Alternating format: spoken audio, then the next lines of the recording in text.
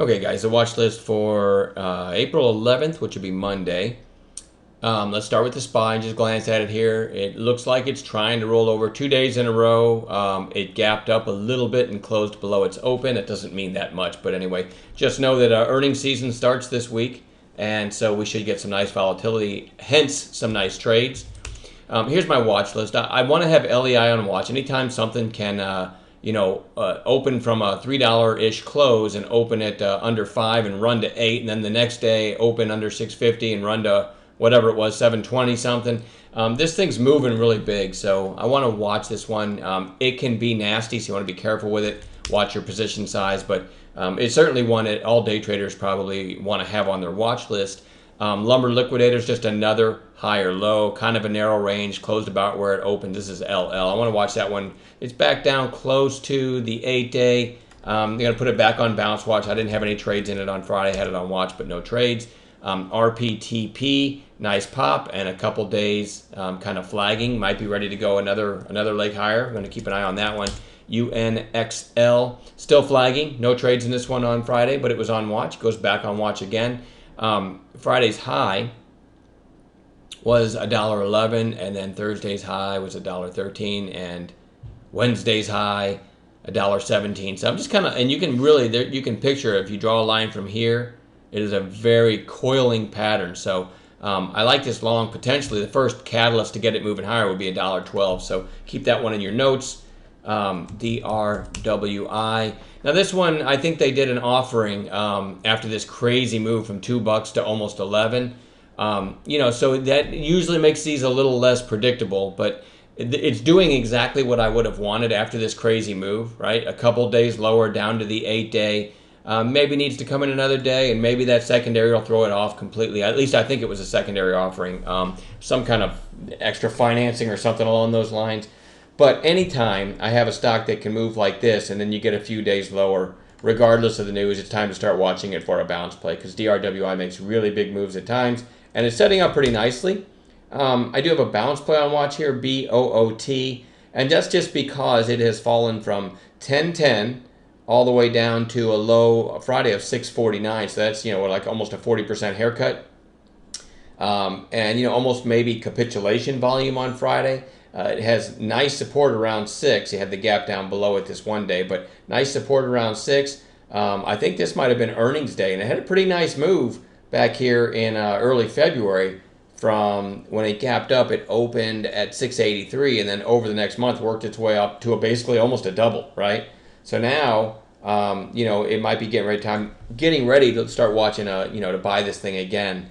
Again, I'm not a swing trader, but still, this one might give a nice bounce play, especially if it can maybe sell off on Monday and get down around or below that $6 range. Then I will start looking for an intraday setup for a bounce. VRX had the big move here, then the gap up, but 2 red days, including the gap up day, closed red and then red the next day. So switching to 15-minute candles, you've got a really big move here, and then kind of just a flagging pattern. So I want to watch this one for a potential push higher again on Monday. If not Monday, we'll keep an eye on it for the next several days. That's VRX. SKYS. This one is just putting in lower highs after this monster move. Kind of reminds me of that DRWI I just showed you. A huge move, and now, 1, 2, 3, like 3, 4 lower days. Actually, Friday was inside of Thursday's range. We had a really big trade in this one on Thursday. It did not give a trade or a setup on Friday. Matter of fact, it just pretty much went sideways most of the day if you look at it. At one point, right around here, we thought, hey, maybe this is going to bounce, take out the high of the day. But look what it did over there. And this is a typical Friday afternoon anyway. Just nothing for the next 4 or 5 hours, right? Still want to put that one on watch. That's anytime you get a big move from like $1 to almost, to 6.5 or whatever in a few sessions. If you're a day trader, you got to have it on watch for the next several days. That's why we were able to catch that really big trade in it on Thursday. All right, so TMST. Been watching my videos, you know that I've been stalking this one for a potential breakout, and it kind of tried to do that on Friday, not on massive volume or anything, but it looks really good over 10. Let's see, back here, it hit 1029. All right, then you put in a lower high of 987, then it based for like 2 or 3 weeks, and then on Friday, it popped up to 10. Closed at 965. It's a steel stock, so keep an eye on US Steel, letter X, or some of the other ones. If those can break out, I really like TMST over 10. This one's had my attention ever since late January when it moved from 518 to 939 in one day, right? And did that on only 7.5 million shares. So this one can really move, and it hasn't rolled over. It's held up pretty well. So the next potential move could be a breakout over that 10 area. HGSH. Now this thing certainly extended on Friday. It's ahead of itself, but I mean, you had a crazy move back here all the way to 360, and then another crazy move on Friday, settling in at 281. But if you look at the range, it was $1.82 to 325 on Friday. That anytime I get a lower float stock that can make a move like that, and 1.9 million was huge volume for this stock, right? You go back, you don't see a volume spike like that. So got to put that on watch for a potential red to green on Monday, maybe a follow through bounce day, or not bounce day, but a follow through of that upside. So HGSH. ARGS. I've got a bigger list than I'm comfortable with here, but anyway, ARGS made a really nice move, put in a lower high. If you take Friday's candle out of it, right, this one looked like, okay, lower high, it's rolling over, and this is why it's interesting to me. On Friday, right back up near Thursday's high. So these sellers that came in here so far are failing. So I like this over Friday's high, 762 is a potential catalyst. That would be a break of Friday's high, and you look at Thursday's high was 775. So I would put 776 as my second catalyst. So there's two numbers, 762, 776, and then maybe it comes up and tests these the highs over 850 there. All right, so that's ARGS. Couple more, SCMP. Nice volume, relatively speaking, for this one, and it made a pretty big move and closed pretty much at the top of this range that it's been in for a week. Going to 5-minute candles. You see this really nice move here from 1090 to almost 12.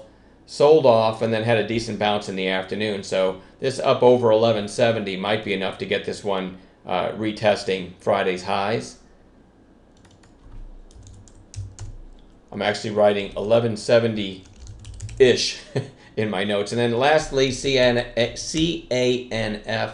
Again, you don't have recent high relative volume. If you study what I do at all, everything is predicated around recent high relative volume. So that makes me like this one less. But with that aside, this is a pretty handsome pattern. You got this spike here to 310.